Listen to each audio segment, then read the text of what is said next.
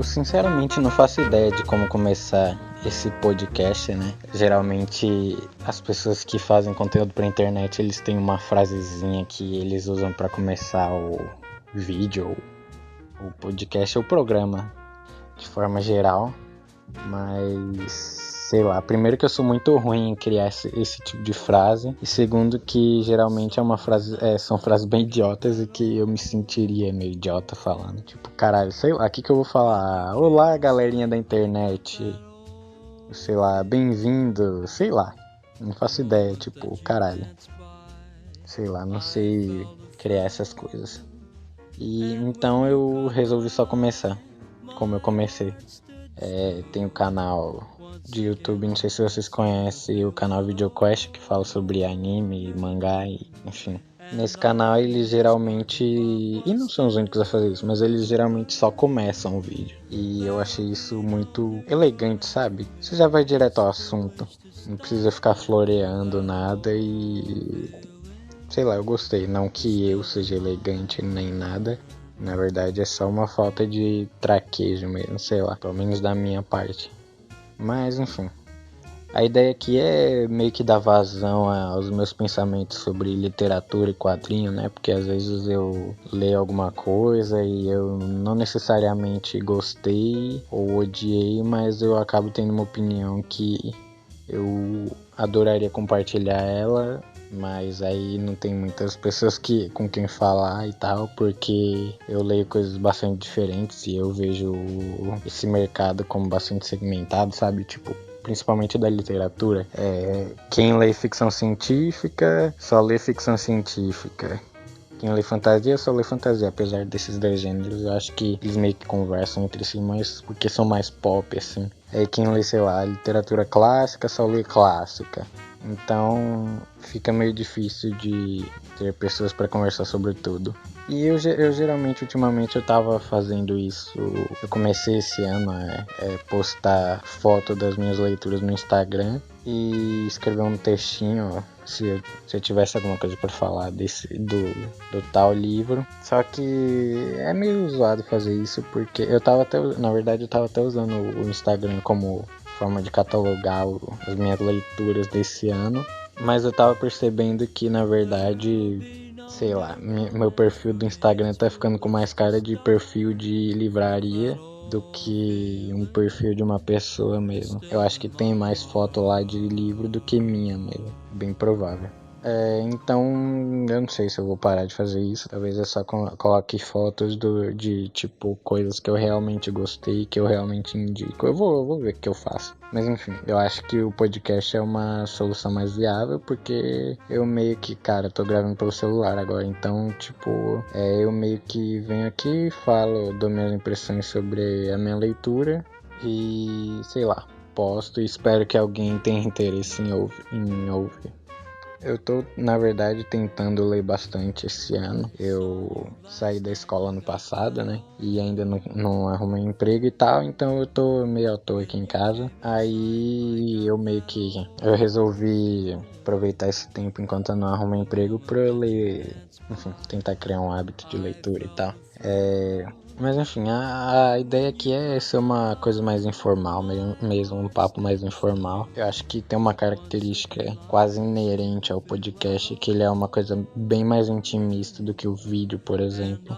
Se você escuta muito podcast, na verdade, né, você, sei lá, se coloca o fone e, sabe, a pessoa tá falando no seu ouvido, você, sei lá, você leva o podcast pro trânsito, pra hora de dormir, sei lá. Tá, tudo bem que o vídeo você também pode fazer isso, mas eu acredito que as pessoas fazem mais isso com podcast do que com vídeo e tal, porque pelo menos você não tem que ficar segurando seu celular.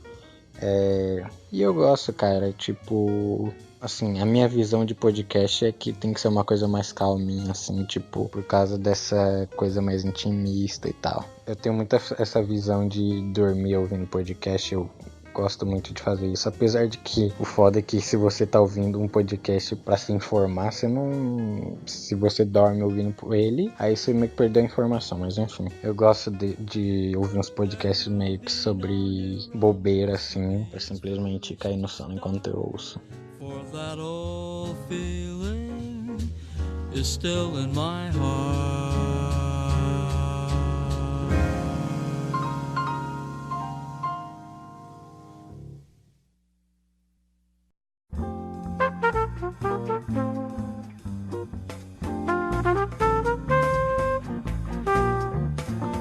No programa de hoje eu quero falar um pouco sobre o quadrinho Ye. Sim, esse é o nome do quadrinho, Ye, tipo YE. É um quadrinho nacional lançado aqui pela editora Veneta, de um cara chamado Guilherme Petreca. Ele faz o roteiro e faz a arte. E, cara, eu gostei bastante desse quadrinho, na verdade. Eu li, ele ontem à noite. Eu acho que parte dessa leitura bastante dinâmica vem do fato de que é um quadrinho bem simples, na verdade. Tanto em questão de roteiro quanto de linguagem. Esse programa vai ter spoilers da obra, mas, sabe, eu acho que não vai ter nada muito grave assim, até porque não é uma obra que tem spoilers assim que estraguem sua leitura nem nada. Como eu disse, é uma obra muito simples. É uma jornada de herói clássico, na verdade.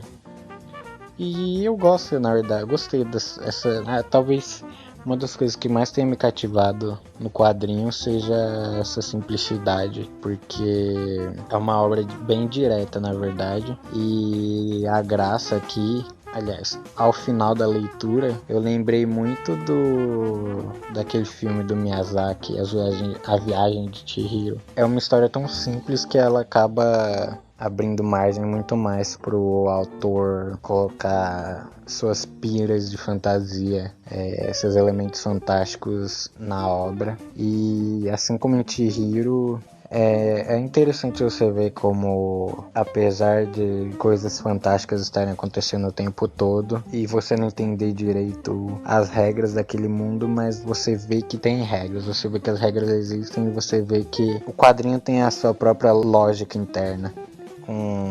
Não sei, certas coisas que os próprios personagens dizem ou fazem que você pensa que eles poderiam resolver de tal jeito, mas não, porque não funciona assim nesse mundo. Por exemplo, quando o Ye vai na viagem dele em busca da cura pro mal que ele tá sofrendo, né? Eu esqueci de falar isso, né? Eu dei uma sinopse? Acho que nem precisa, né? Se isso aqui vai ter spoiler. Enfim, vou dar uma sinopse.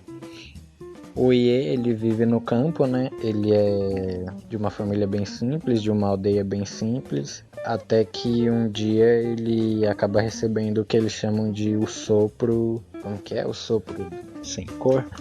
Enfim, o sopro do rei sem cor, acho que é um negócio assim, eu não lembro agora direito como eles chamam isso. E aí basicamente ele fica doente, aí ele tem que partir numa jornada aí pra se curar, mas não é uma doença física, é uma coisa meio interna, meio espiritual e tal. Aí ele tem que partir nessa jornada pra se curar desse sopro. Enfim, sobre a lógica interna que eu tava comentando, você vê, por exemplo, um momento em que, quando ele tem que partir na jornada dele, aí não lembro se é a mãe dele ou se é o pai dele, mas enfim, alguém chega pra ele e fala: leva a pena do corvo lá que passou o sopro pra ele, porque você vai precisar dela e tal. Ou seja, você tem meio que indiretamente e de uma forma bastante orgânica o autor te mostrando que existem regras naquele mundo. Por mais que ele não te conte exatamente quais são, você vê que elas existem.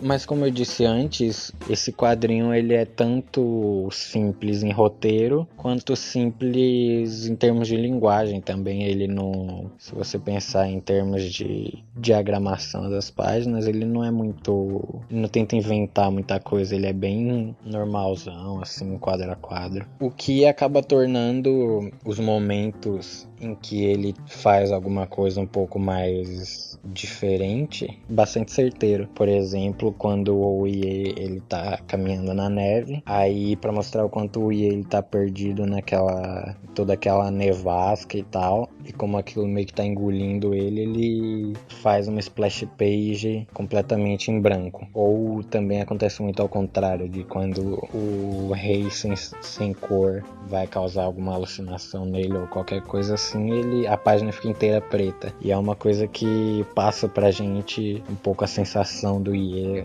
naquela cena. E até quando o quadrinho tem esses momentos mais oníricos, o entrequadro, né, as bordas de cada quadrinho, eles acabam sumindo, né? Então os desenhos meio que eles ficam sem bordas e tal, e ficam mais soltos na página.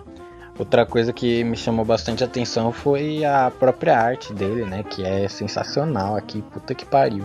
O cuidado do Guilherme Petreca aqui com os detalhes, a atenção dele aos detalhes é muito, cara, é sensacional, assim, tipo, tem uma cena que o Ye, ele vai na casa da bruxa, que ele entra na casa da bruxa que pode ajudar ele a se curar e, sabe, tem 2 páginas inteiras pra mostrar só, tipo, um desenho inteiro da casa da mulher por dentro. E você vê que tem livro espalhado pela casa, tem garrafa, enfim. Você percebe essa atenção que o Guilherme Petreca dedicou a arte dele, a criar todo esse mundo dele, e o que acaba deixando tudo mais crível, né? Contribui, na verdade, para essa sensação que eu tava falando de que tem uma coesão naquele mundo, de que aquele mundo existe de fato. Então é bastante interessante nisso, e também o próprio fato de que é uma arte bastante rabiscada, mas ao mesmo tempo ele consegue delinear muito bem o que é o que. Ele consegue tirar proveito desses rabiscos na arte dele. Por exemplo, tem uma cena que um trem passa por trás do Ye, passa assim muito rápido, e assim só meio que fazendo uns rabiscos assim, ele consegue dar a forma ele consegue dar o formato do trem, ao mesmo tempo ele consegue passar uma sensação de movimento muito boa pro trem. Então ela é uma arte bastante funcional nesse sentido também. E mesmo nessas cenas mais fantasiosas que eu falei, nessa coisa mais onírica, por exemplo, quando a figura que representa o rei sem cor aparece, ele também tira proveito bastante dessa arte mais rabiscada. Então combinou bastante, funcionou bastante nesse sentido. Voltando um pouquinho pro roteiro, uma coisa que eu esqueci de falar é que tem todo um lance aqui com as cartas de tarô. A história já começa, né, com ele entrando na casa da velhinha, porque é uma história meio cíclica, né? Ele entra na casa dessa bruxa e tal, e já de cara ela lê a mão dele e tal, acaba pegando umas cartas de tarô e tal, e você vê que tem toda uma relação com essa cultura, e é uma coisa que permeia toda a obra, né? Porque eu tava até lendo um pouquinho sobre isso, não fui muito a fundo, não sou um especialista em tarô nem nada, na verdade meu conhecimento sobre tarô é o que eu acabei de ler ali na internet, mas eu pesquisei justamente por causa desse quadrinho, que tem uma coisa que chama a jornada do louco, né, a jornada do tolo, que é justamente, que acaba sendo bastante do que o Ye representa nessa história, porque na verdade é uma forma de representar, pelo que eu entendi, na verdade, alguém que manja mais pode me corrigir aí se eu estiver errado, mas pelo que eu entendi é uma forma de representar nosso crescimento, o crescimento humano, a evolução humana, e como de certa forma você evolui até chegar num ponto que tudo se torna novo de novo pra você, porque você já é uma nova pessoa. Pelo que eu entendi é basicamente isso, e essa é bastante a ideia do Ye, até porque isso também conversa muito com a jornada do herói, acaba dando mais ou menos no mesmo, né? Só que aqui é a forma do tarô de representar isso. Você tem todas as cartas e tal, enfim, que cada um representa um aprendizado. Mas se você pegar essa carta do louco em si, do tolo, é ele desenhado tipo caindo num penhasco, que é exatamente o que acontece com o Ye no final desse quadrinho, né? Lá mais pro final, ele cai de um penhasco. Não que isso aqui não tá representado de uma forma ruim, né? Até porque ele aprende, né? Tipo, ele aprende a lidar com o medo dele. E eu acho curioso essa coisa mais simples que eu disse que ele usa pra contar essa história, que é basicamente o Ye lidando com o medo dele. Porque ele descobre que, bom, aí spoiler, né? Se você não assistiu, ele descobre, se você não leu, ele descobre que Eu também esqueci de falar isso na sinopse, pelo amor de Deus, eu sou muito ruim nisso. Desculpa, gente, é a primeira edição, eu nem sei falar direito nessa porra, mas enfim. Ele também, no começo da história, a gente achava que ele só conseguia falar o nome dele e tal, que ele era mudo, mas aí no final a gente descobre que na verdade ele tá com... Ele não consegue falar não porque ele é mudo, porque na verdade ele tem medo de falar. E também ele tem todo o lance dos olhos dele e tal, que é tudo meio bem fechadinho assim. Aí no final, quando ele aprende a lição dele, quando ele consegue encarar o medo dele, os olhos dele são abertos e tal. Mas me chamou a atenção pela forma dele colocar isso como uma história tão simples e tão arquetípica. Torna tudo bastante universal, sabe? E eu acho que acaba sendo um pouco essa mensagem do quadrinho, de que medo é uma coisa universal, que você sempre vai conviver com um pouco dele, que isso até é falado, mas você tem que enfrentá-lo, sabe? E de certa forma eu vejo isso como um incentivo dele pro leitor a lidar com os próprios medos. Então eu gostei bastante dessa HQ, não é tipo, ela não é nada pretensiosa, sabe? Ela é aquele tipo de história simples, mas que de tão simples te cativa e tal. E eu acho que é isso que eu tinha pra falar da obra. Assim como eu disse no começo que eu não sei começar um programa, eu também não sei exatamente como terminar, então eu acho que eu só vou terminar mesmo. Então fica aí a recomendação do Guilherme Petreca.